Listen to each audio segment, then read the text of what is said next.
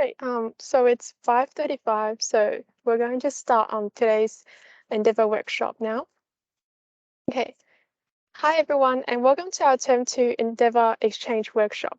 If you have any questions that come up anytime during the presentation, feel free to pop it into the chat box and we'll get to them after the guide. Before we start, could I please get everyone to fill in the form that will be put in the group chat shortly? This will just be your full name and ZID for attendance sake. In a chat box. Let me see. Okay, hang on. I'll put it now. Just give me a moment. Yeah, sure.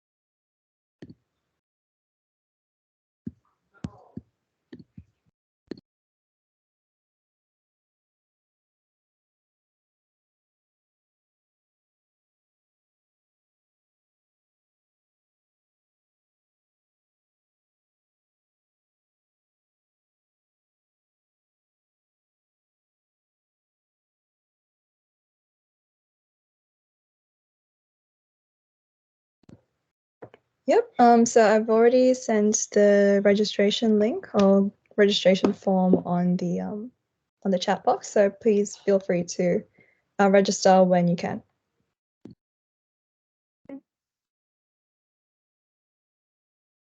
Move on to the next slide. Okay. So today's agenda, we're going to have approximately 45 minutes for the Endeavour slides, and then we'll have a Q&A session. We'll be recording these slides and we'll put them up online afterward. The following information is presented as a guide only and may be subject to change over time.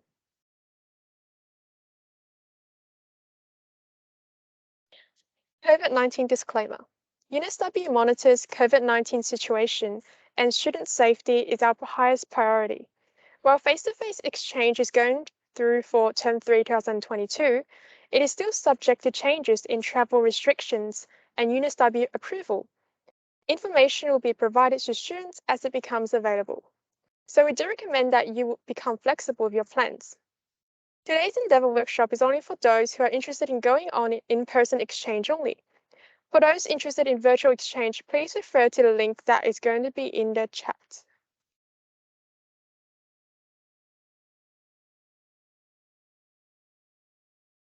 The link in the chat already.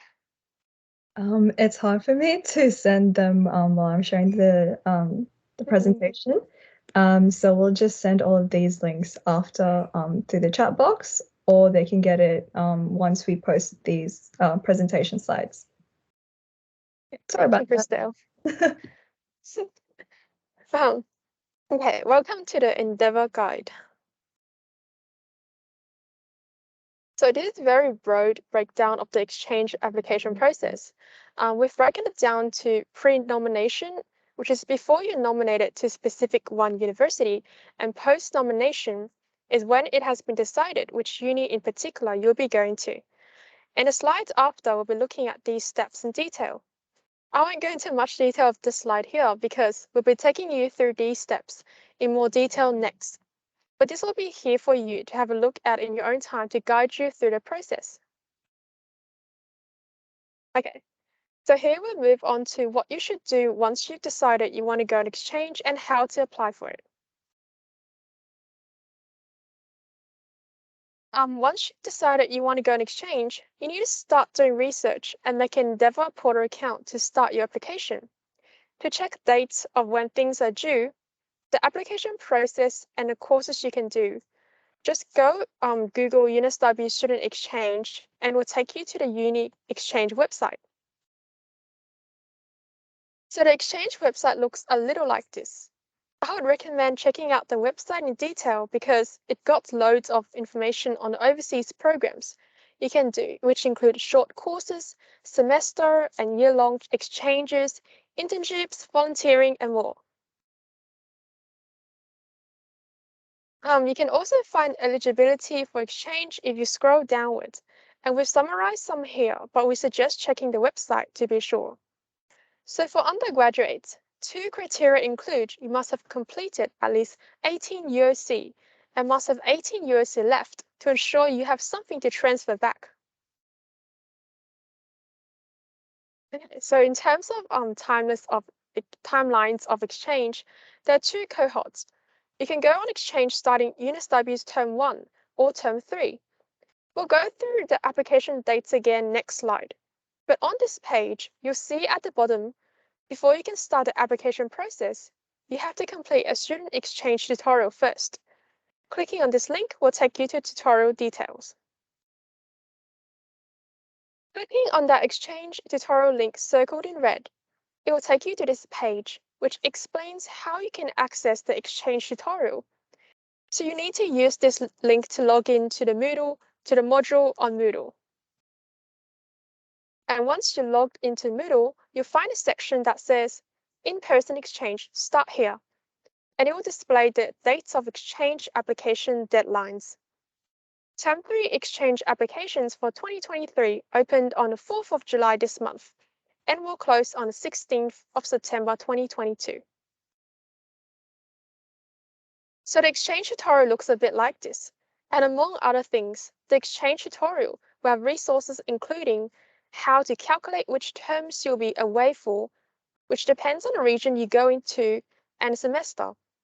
All of the steps in the exchange application, course matching resources, information on partner units, etc. There are also more updated resources on your enrollment at UNSW while you're on exchange for the trimester system because a lot of unis overseas are semesters.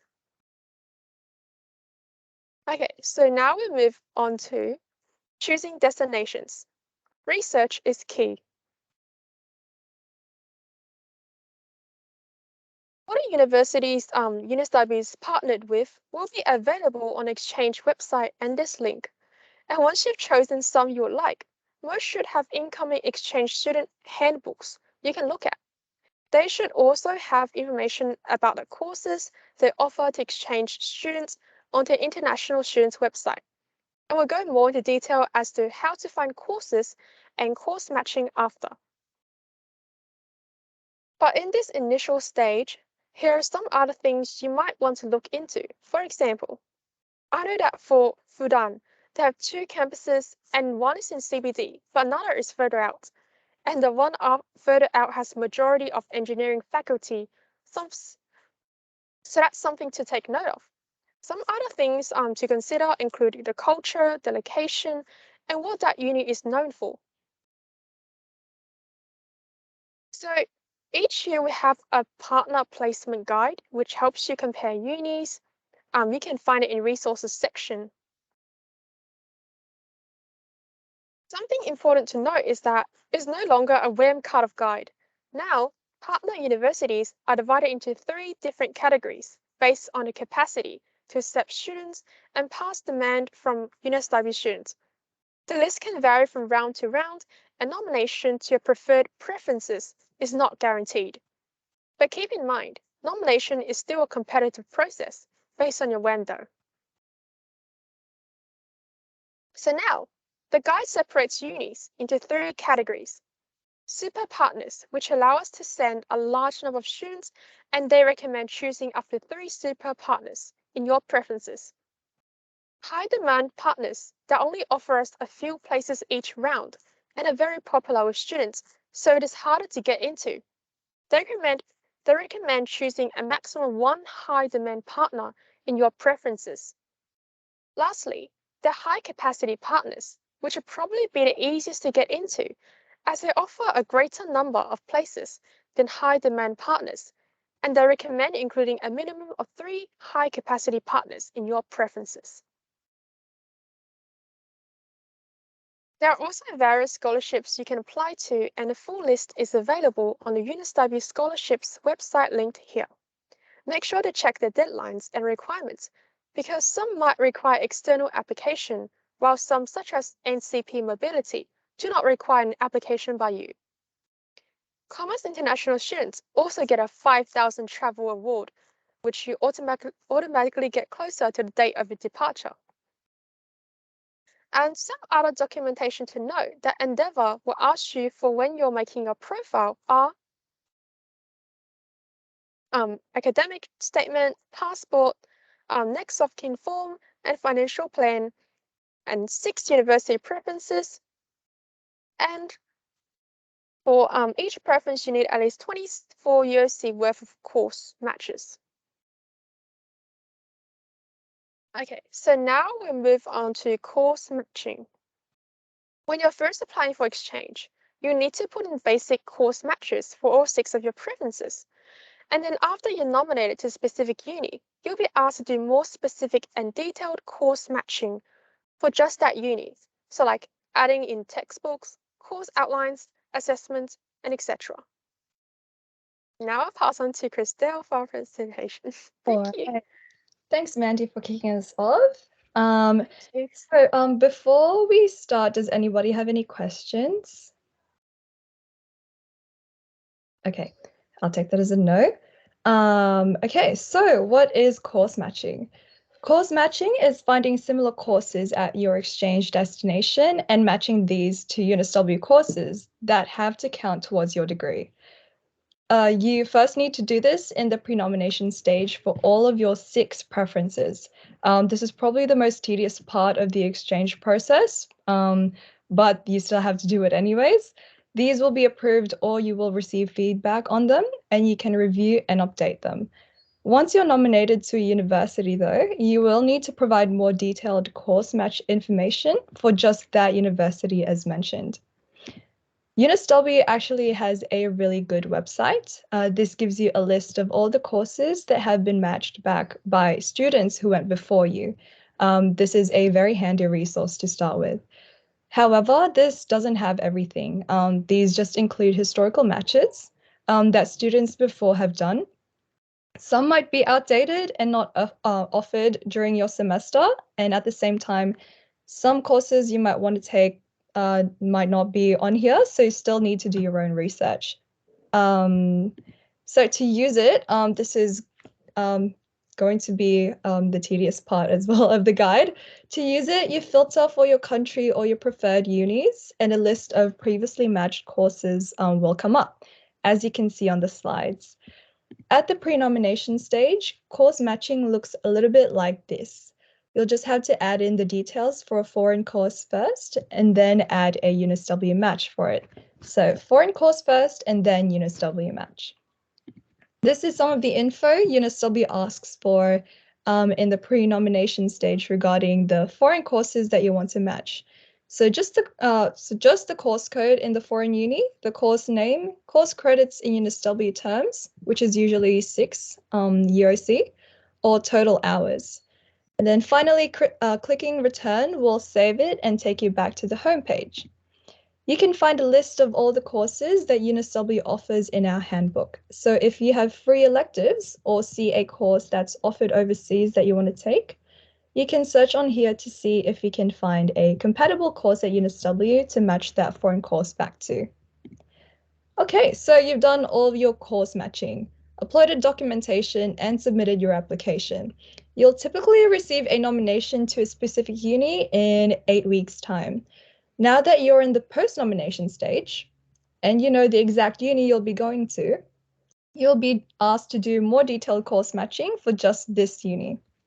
So typically the information they'll require in this stage includes course name again, but this time you have to include the course outline or syllabus that details all of these ones, contact hours, just an estimate, it doesn't have to be exact, and also additional explanation of relevancy to UNSW courses, as some of these can help who your course approvers are to get it approved. If you're unsure of a match, add in all of the details again you can find and submit anyway. You'll receive feedback if it's rejected, and you can adjust and resubmit later. When you cannot find a UNSW course that exactly matches the course you want to do, sometimes you can match to a generic course code, which are just broader courses or can be counted as free electives within a stream. if your match is rejected, sometimes your course convener can also recommend you to replace it with one of these. You can find the list of generic codes in the Moodle tutorial research tools section, which is here on the slide. Then under the course matching resources, you'll see this once you're on the Moodle page for this one. And there's also a tutorial on how it's done and info on generic course matching if this guide does not make it clear enough for you. These are examples of generic course codes. For instance, if you want to match with a specific major, for example, for level 2 marketing, the code would be Mark 6225. Or if you want to match a free elective for a particular faculty, for example, a level 1 course in business school, it would be COM 6106. Yeah, over here. So once you're nominated to a specific uni, you'll only see the courses you have matched for that particular uni. So this stage will be a more in-depth matching for the uni you'll be going to. Once you add foreign courses into Endeavour, you can start the course matching with UNSW courses. So you click the icon with the arrow and select the foreign course you want to match. Then you will click the search button next, and then you input the name of the course, code, or other information to retrieve a list of course codes that satisfies your input. Then you select the code and then use. I think this will all make more sense once you're on the platform. So this is an example of the course matching with one foreign code and one UNSW code. Then again, you click return to save. You'll see that it is now ready to send. You can click submit whenever you're ready after you find a few more courses or now, and it will be sent for approval. There's also something called complex course matching. Oh, sorry about that. Yep. You'll see that there is the option on the top right that says complex. And if you click on it, it'll look like this. So most of your courses will usually be simple course matches, which is basically one foreign course to one UNSW course. But you might need complex matches when you have a foreign course that might have a heavier load and you wish to match back to two UNSW courses instead of just one. Or you can do it the other way around. You might need to do two foreign courses to match one UNSW course if they're a shorter course.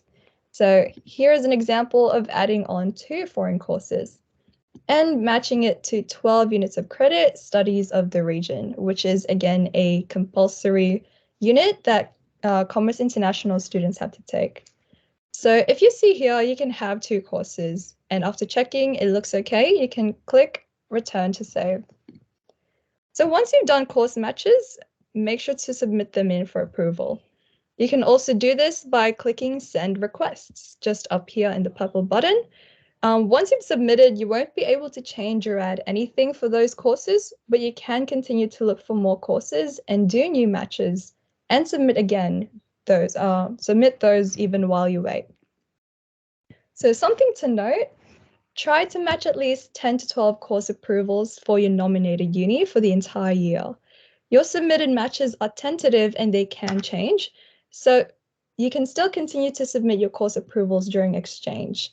And certain courses may only run during certain semesters or may run for more than one semester. So definitely check with your exchange uni regarding this one. And sometimes courses may not even be offered every year, so it's good to check again when your overseas uni publishes the updated course list for that specific semester. Yep, so Commerce International requirements. Be aware that some degrees have specific requirements for courses you take on exchange. As I said, Commerce International students, they have to take 12 units of credit of studies of the region. So this can be anything, any course that's related to your region. So if you're going to Europe and your exchange uni is in France, you can take up an elective that is about Germany and they'll still accept that. Yep. So for universities in countries that speak a language other than English, sometimes there is a language requirement for taking courses other than English. In order to take these courses, you may ask to do a language placement test at your exchange uni, or a language proficiency exam, for example, HSK tests for universities in China. So remember to check the language requirement section in the fact sheet. And here is an example of the language requirement of Fudan University. They require HSK 6 test scoring 220 or above as a minimum entry. Also, just something to note, if you are a Chinese national and would like to go to mainland China for exchange, Fudan University is the only university that will accept Chinese nationals. But you can consider all other destinations like Hong Kong and Taiwan. So just to recap, make sure you complete the Moodle tutorial first, which is compulsory. Speak to your UNSW faculty, receive a progression check, and map your courses for exchange. With this step, after your first year, you're still actually not able to do a progression check, so just skip that for now, and then do one after your exchange. So look through recorded regional presentations on Moodle and also attend drop-in sessions. Start the Endeavour application and course matching, and then submit your application by the 16th of September 2022. All right. So is Esther here already? No? Okay. So some info specific to trimesters. For more information on your enrollment at UNSW while on exchange, the Exchange Office has also put together an updated document explaining how your enrollment will work for each term you're on exchange. This includes information regarding your typical exchange timeline and any other relevant info to note, such as the importance of making sure that when you're on exchange, you haven't also registered in any other UNSW courses. Hi, Christelle. I'm happy to step in. No worries.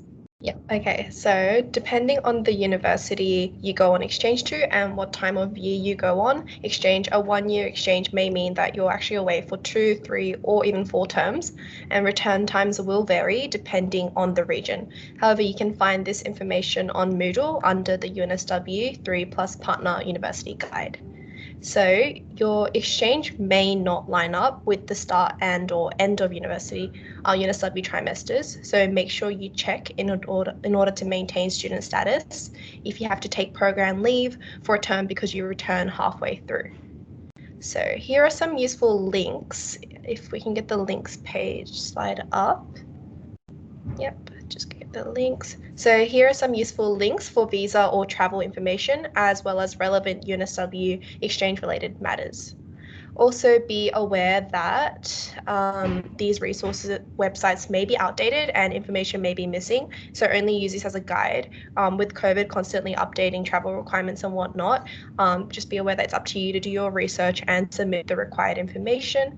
And if your course approval is rejected, you may need to provide more information and resubmit. Usually the course authority will provide you some information why. For example, if the information didn't have enough or the hours don't reach, then they might ask you to resubmit it. Now, just for some region-specific tips. So it is difficult to obtain course outlines for the US. So this means you have to email the schools directly and usually find that online. Also watch out for course loads as they differ between regions and they use different terminology and equivalents. So every host university has different academic calendars as well. And note that most universities work around a semester calendar, unlike UNSW that works around a trimester.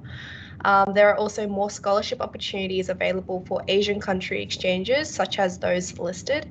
However, language proficiency requirements are usually the case also for most Asian universities. For those with region-specific questions, ensure to attend the sessions and webinars that were mentioned before.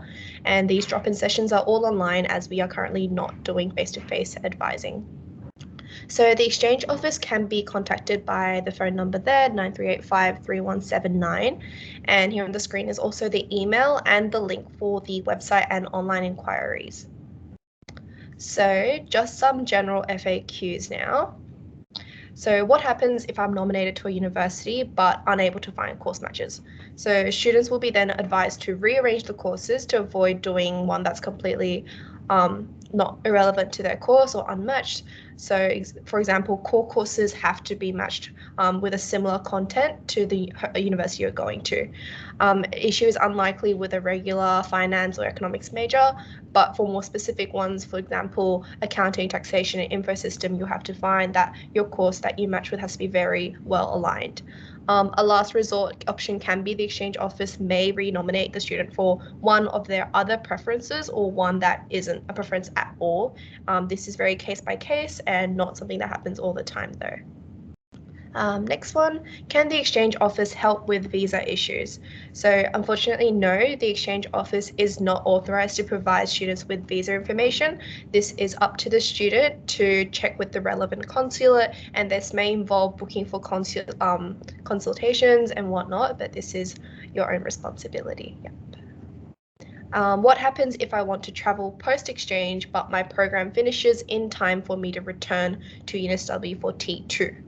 So you have the option of taking T2 off as a program leave if you wish to, so that you're not enrolled at UNSW, but you must discuss this first with your relevant faculty beforehand, and this may also impact your full-time student status if you do decide to do this. So for example, if you're on Centrelink benefits, if you decide to take this program leave, it will affect Centrelink identifying you as a full-time student. Yeah, the next one.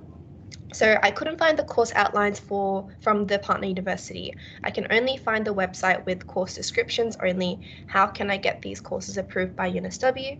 So in these cases, usually the description they provide is sufficient, but it is again dependent on the UNSW course authority. They will prompt you to add the link to the course information, which usually is enough. But if not, your option then is to email your partner university directly, asking them if they can provide more information, and also to contact your relevant UNSW exchange advisor of your situation. Remember that you do not need to submit course outlines until after the nomination. Yep, so any general budgeting advice, tips while on exchange? Make sure to plan meals ahead of time or transfer an allocated amount for spending each week. Definitely budgeting will be very important, and track these spendings. And if you have a campus meal plan, don't eat out and save money. Usually the campus meal plans are more affordable and more consistent for you to check your expenses. And also know how much is needed for required expenses such as rent and insurance, and make sure to leave aside enough if you want to go traveling or do recreational. But also, most importantly, remember that if you budget too much, it can ruin your experience, and you are there ultimately to have fun. Is Exchange T122 going ahead? Yes, it is going ahead, and T3 is going ahead too. T2023 is going ahead as well. So for those who are graduating in the middle of 2022 and we're planning to go on exchange, and if your degree has possibly been delayed by it, just reach out to the exchange office and your faculty to make sure everything can go ahead as per usual. And thank you. So that is all for frequently asked questions. Did anyone else have any questions now that we're happy to answer? I know that's been just a lot of information, so anyone that has questions, feel free to pop them in the chat or turn your mic on.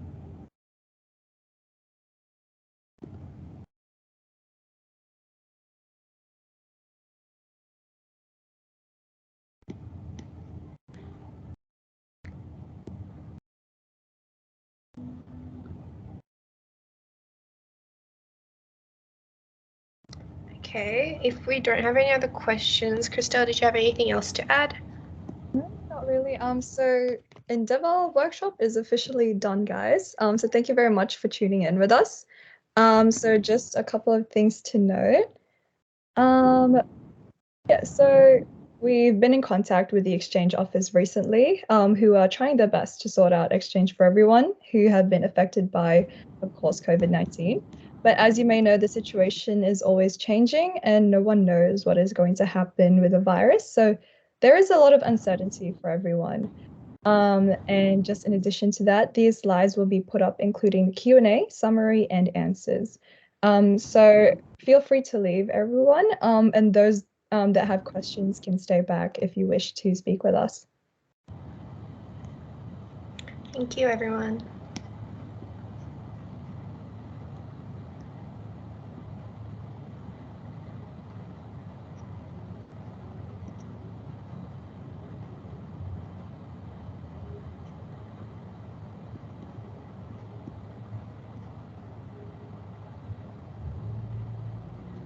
Hi, I had just a question regarding like I think living expenses and stuff like that.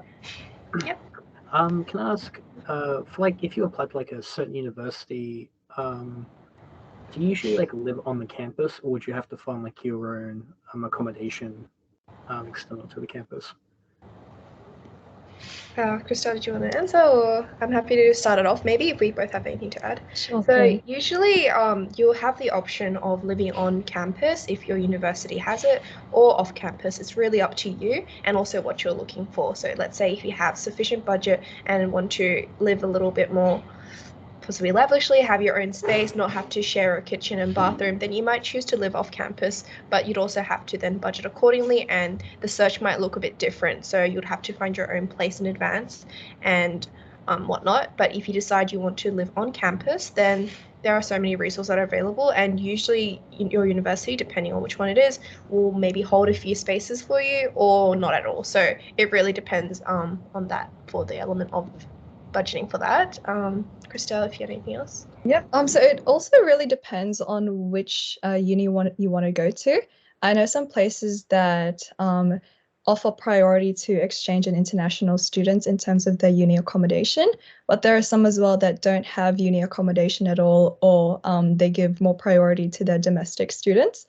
And also, I think it would be more preferable for you if you do have uni accommodation available that you go to and apply for that one, because number one, it's cheaper. Number two, there's more, I guess, support from your uni as well, and it can be a bit scary not knowing much about the place that you're going to in terms of especially housing. And then, so usually with uni accommodation, you don't need to pay for your water bill, your electricity. You just need to pay for your rent and living expenses.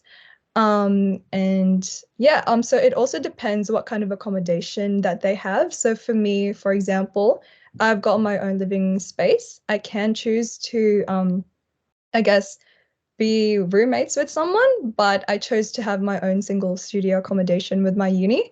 I've got my own little kitchen as well and stuff like that. So it's really depending on the situation and which uni you're going to. If you don't mind, Richard, do you know where you wanted to go? Which university you're thinking? At the moment, I'm thinking maybe somewhere in France. That's like the ideal destination for me at the moment. So yeah, I'm not sure if living on campus or if like I can live on campus, if that's like specific to like the uni, or if like living off campus is the better option or not. So yeah. I think you've asked the right person then. Chriselle, did you want to add anything else to that, given that Richard is interested in going to France? I think Christelle's frozen. I don't know if it's just me. Is Christelle frozen for you too? Yep. Okay, so Christelle is actually going to Paris for her exchange, so France. And as far as I know, she is living on campus. And did you have any French proficiency or? I learned a bit in high school, but I'm probably going to take starting next year, just take some courses in French. Yeah. Okay. Oh, she's bounced out. That's okay. Worth noting that when applying for a visa and whatnot, you might also be required to provide information that you've got your accommodation sorted. That's also something to consider. And with like my exchange and whatnot, having sorted my accommodation at university was much easier and much faster to provide evidence of it, rather than having to deal with a possible tenant that you're renting out or a different place. So definitely consider that too. Also, consider how comfortable you are with French when looking for accommodation. So I think we're overall leaning towards saying that probably university housing is the easier option. But if you feel confident with your French and in starting your search early to find accommodation, then it's really up to you. And again, budgeting at the very end of it all. Okay, thanks for that. And also, just out of curiosity, with the visa requirements, do I have to have if I apply by the end of term 3, do I need to have all the visa requirements finished by the 16th of September? 16th of September being the end of the application, right? No, you shouldn't be applying for your visa stuff until you've been nominated. So up until the 16th of September, all you need to do is decide which university you want to go to, look at what courses they have available, and if they match enough, then you apply. Visa is like way after, but it's great to see that you're being proactive on it. Christelle, Richard wants to go to France. So I was just saying that you're the perfect person to ask about it, whether he should be living on campus or off campus. Yeah. Do you know which uni you're looking into, Richard?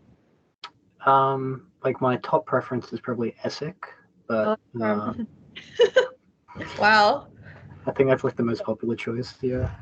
Yeah, and it's not high demand as well. It's high capacity actually, so there's really high chances of you getting into it. Yeah. Oh, really? That's good. Awesome. So, Richard, have you looked into the visa process for France yet, or no? Not yet. Not yet. I still have to do a bit more research on that.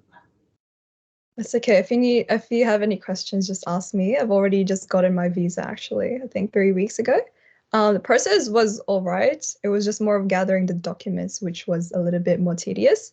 But apart from that, they are very responsive. And I got mine in around 2 weeks' time, so you should not have a fuss if you have all of your documents gathered. Yeah, that's amazing because it's been 4 months and I'm still waiting. So depending on the country you go to, you're gonna have really hard bureaucracy to deal with or a lot more easier like that. So that's something to consider. Good to know. Thanks for the help and thanks for all the information. Right. No worries. Thank you for asking a question. See ya. No worries. Thanks.